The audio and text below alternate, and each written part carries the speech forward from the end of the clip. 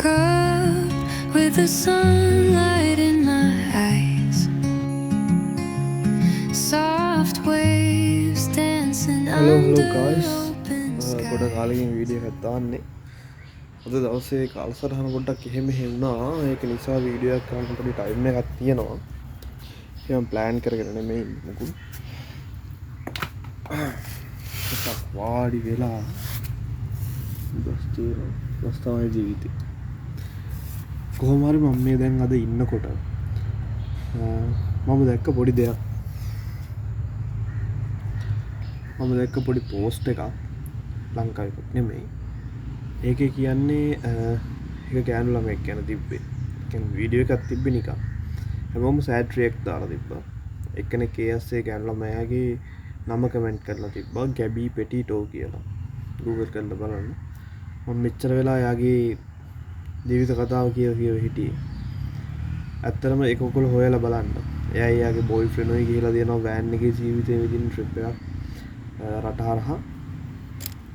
ඒ ගියේ එක අතුරතුරේදී ආපහු ඇවිල්ලා නැහැ. වෙන මොකක්වත් නෙමෙයි හේතුව. එයාගේම හස්බන්ඩ් මං හිතන්නේ එතකොට මැරීඩ්. එයාව මරලා දාලා.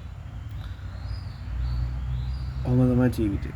ඇත්තටම මම එකකින් හිතන්න ගත්තේ අපේ ජීවිතේ කොච්චර අවිනිශ්චිතද කියලා. කියන්නේ අපි හිතනවා දේවල් ගැන මේවා වෙයි, මෙහෙම වෙයි, මේක මාරු එහෙම කියලා. ඒ වුණාට ඇත්තටම මේ දේවල් කොච්චර දුරට සාර්ථකද? අපි හිතන දේවල් කොච්චර දුරට ඇත්ත වෙනවද?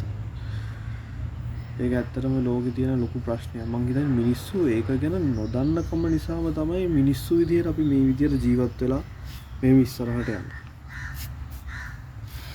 ඒක පොඩ්ඩක් නිවි හැනෙහිලි නිදහසේ කල්පනා කරන්න ඕන දෙයක්. මං කලින් කියනවා වගේ මේ සබා දහම ඇතුලේ මේ හැන්දෑවල් වලට ඉර බැහැගෙන යන එකේ පවා අමුතු ලස්සනක් තියෙනවා. අර්ථයක් තියෙනවා. අර්ථයක් නැති වුණත් අපිට ඒකට අර්ථයක් දෙන්න පුළුවන්. හැබැයි අපි දන්නේ ඒ අර්ථය ඇත්තටම ඇත්තද කියන එක. මොකද ඒක කොයි වෙලේ ඇති වෙයිද නැති වෙයිද කියලා අපිට කියන්න බෑ. ඒ වගේම තමයි අවිනිශ්චිතතාවය කියන එක. අපි දන්නවා අනිවාර්යෙන් ඉර පෑවුවොත් හවසට ඉර බහිනවා. ඒ වගේම තමයි අපි ඉපදුනොත් මැරෙනවා. හැබැයි ඉර හවසට බැස්සට අපි දන්නේ අපි මැරෙන්නේ කොයි වෙලේද කියලා. අපේ ජීවිතයේ දේවල් වෙනස් වෙන්නේ කොයි වෙලාවටද කියන එක. හැබැයි අපි නිතරම අපිට අවබෝධයකින් ඉන්න පුළුවන් නම් කොයිම මොහොතක හෝ මගේ ජීවිතේ වෙනස් වෙයි කියන එක. මම හිතන්නේ අපිට ලොකු දෙයක් ඒක ඒ අදහස ඇතුලෙන් අපේ ජීවිතය ඇතුළතදී කරගන්න පුළුවන්. මේ සබාදහම කියන්නේ හරි මායාකාරී දෙයක්. මම නිතරම කියන්නේ ඒකයි. අපි හැමදාම දකිනවා තමයි. හරිද? අපි හැමදාම දකිනවා ඊට පායනවා, ඊට බහිනවා, ගස් වැල්, උලඟ, වැස්ස, අවුව, පෑවිල්ල, නියඟය, මුහුත මේ හැමදේම අපි හැමදාම දකිනවා.